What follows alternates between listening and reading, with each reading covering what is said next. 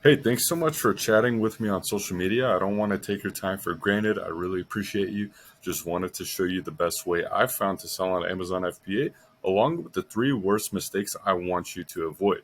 Now, my name is Leon Vartanian. I've been selling on Amazon since 2019. I've sold seven figures on Amazon and I've helped over 80 clients reach 10K per month with Amazon FBA. So I want to be showing you my personal results along with client results. Then I'll get into how it works. So here on my Google Drive, I have a lot of my personal Amazon screenshots. So the best, 30 days that I had was almost 50,000 in 30 days. Another, week I had was 33,000.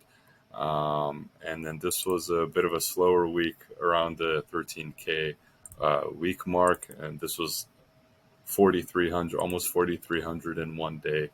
Here is almost 4,400 in one day. So I have a lot of these screenshots. Like I said, I've been selling since 2019. So looking at some client screenshots, if we see here 9,700 in the last 30 days. Another client that did 66,000 in the last 30 days. This was in August. Another client that did 7,000 in their first 30 days.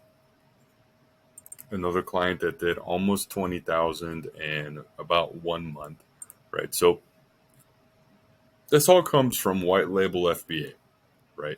So most people actually don't know about White Label FBA because they think the best way to sell on Amazon is doing arbitrage, private label, or reselling books. However, White Label is a much simpler way to hit 10K per month without having to deal with all the issues that come from arbitrage, books, and private label. So starting with private label, you have to grow a brand, you have to create listings, you have to optimize them with keyword research, content, spend a lot of money on ads, you have to be good at running ads, you have to review samples all day, and you need at least $40,000 to get started. And the list goes on, right? And then talking about arbitrage, the biggest thing that it violates Amazon seller policies. Okay, you can be suspended for inauthentic items, counterfeit items, used, sold as new items, materially different items, and infringement. Besides that, you need to physically drive to retail stores and manually scan all of the items in Walmart, for example. Who has the time to do that, right? So, talking about reselling books as the next one, right? The profit is not consistent, it's not scalable, it's not sustainable, and you will have a warehouse full of books and all this huge overhead. And with these issues I mentioned with these other business models, right, this can get in the way and stop you from reaching your goals. Or maybe these problems are already getting in the way and completely stopping you from getting to where you want to be.